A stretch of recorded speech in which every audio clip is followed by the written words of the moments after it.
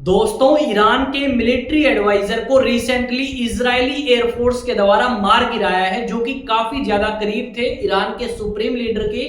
तो इस वीडियो में हम जानेंगे कि ईरान ने इस चीज का किस तरीके से जवाब दिया और इस युद्ध के बढ़ने की संभावना है या फिर कम होने की, ये भी हम डिस्कस करने वाले हैं। हमने ये देखा कि G7 समिट आपका कनाडा के द्वारा आयोजित कराया गया और उस G7 समिट से जल्दी आपका निकल जाते हैं अमेरिका के राष्ट्रपति ट्रंप। तो ऐसी क्या इमरजेंसी आई जिसकी वजह से राष्ट्रपति ट्रंप G7 समिट को थोड़ा सा पहले छोड़ के जाते हैं, सब कुछ हम यहाँ पे डिस्कस करेंगे। पहले आप इजरायली डिफेंस फोर्सेस का एक एक्स अकाउंट देखो, जो कि 17 जून यानी आज का है और आज दिन में 12:09 पे इन्होंने ये पोस्ट की थी। इसमें लिखा गया है, for the second time in 5 days जो इजरायली डिफेंस फोर्सेस है उन्होंने एलिमिनेट कर दिया है ईरान का war time chief of staff को।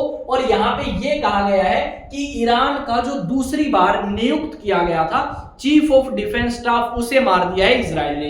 यहां पे बताया गया है कि जो उन्हें इंफॉर्मेशन मिली थी सटीक, उन्हीं इंफॉर्मेशन के आधार पे इजराइल ने अटैक किया और एलिमिनेट कर दिया। नीचे ये फोटो आपकी लगाई गई है। यहाँ पे मैं आपको एक दो न्यूज आर्टिकल दिखाऊंगा। इस न्यूज आर्टिकल में यही बताया गया है, क्या सच में मारे गए अली सदमानी ईरान के सबसे सीनियर सैन्य अधिकारी पर इजराइल ने किया बड़ा हमला या बड़ा दावा।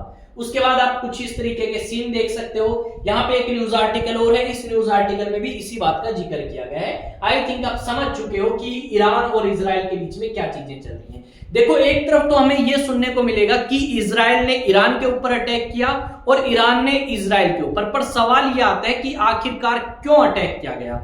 देखो, सबसे पहले इस युद्ध की शुरुआत इजराइल के द्वारा करी गई और यह कहते हुए युद्ध की शुरुआत करी कि इजराइल को ईरान से खतरा है, क्योंकि ईरान के पास लॉन्ग रेंज मिसाइल है और ईरान न्यूक्लियर वेपन बनाना चाहता है। और अगर ईरान न्यूक्लियर वेपन बना लेता है तो उससे सबसे ज्यादा खतरा इजराइल को होगा।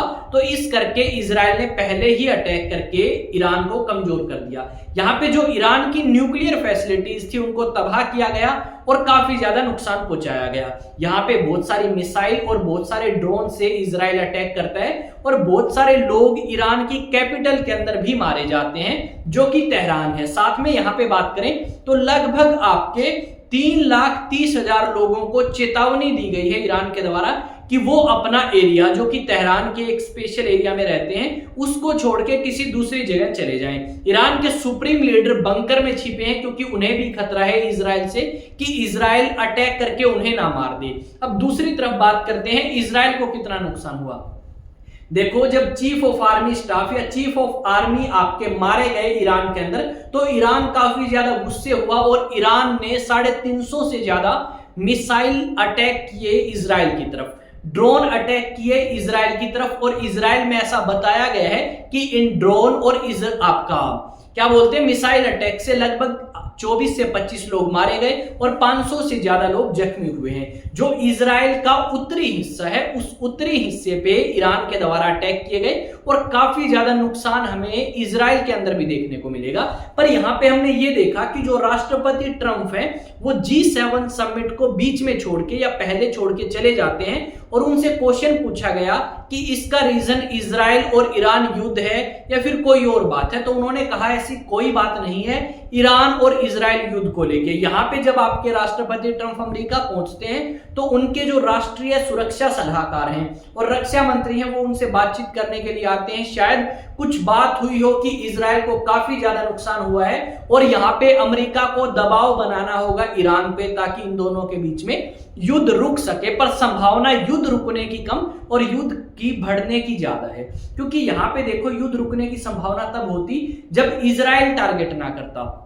देखो, आदमी इजराइल में काफी ज्यादा मर चुके हैं, 24-25, और अगर आप बात करें ईरान में तो और भी ज्यादा मारे गए हैं। पर ईरान को यहां पे ज्यादा नुकसान हुआ, क्योंकि ईरान के जो सैन्य कमांडर थे, जो आप कह सकते हो चीफ साइंटिस्ट थे, जो उनके न्यूक्लियर प्रोग्राम को आगे बढ़ा सकते थे, सैन्य अधिकारी थे जो इस चीज को आगे की तरफ लेके जा सकते थे, उन्हें टारगेट किया गया है। इजराइल के द्वारा और काफी ज्यादा नुकसान पहुंचाने की यहाँ पे कोशिश करी है। यहाँ पे लिखा गया है, क्या लिखा गया है एक बार देखते हैं। यहाँ पे लिखा गया है ईरान और इजराइल के बीच तनाव लगातार बढ़ता जा रहा है। इसी बीच इजराइल ने दावा किया है कि उसने तेहरान में हवाई हमले के दौरान ईरान के सबसे बड़े सैन्य अधिकारी अल शादमानी को मार गिराया। ये है आपके अल शादमानी, जो कि ईरान के सबसे बड़े सैन्य अधिकारी हैं। यहाँ पे एक न्यूज आर्टिकल और है, इस न्यूज आर्टिकल में क्या लिखा गया है ये आप देखें। संयुक्त राष्ट्र की संस्था IAEA ने एक रिपोर्ट जारी करते हुए कहा है कि इजराइल के हमलों में ईरान की न्यूक्लियर फैसिलिटी को भारी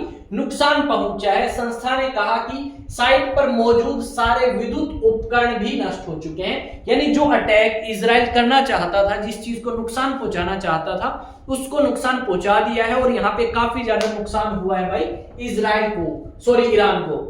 यहाँ पे अलग अलग न्यूज आर्टिकल हैं जो कि रिसेंट के हैं, कोई 2 घंटे पहले का, कोई 1 घंटे पहले का। यहाँ पे लिखा गया है Iran war time chief of staff killed in Israeli attack. ऊपर लिखा गया है Israel and Iran trade strikes on 5th day of conflict. 5वां दिन हो चुका है और युद्ध लगातार जारी है।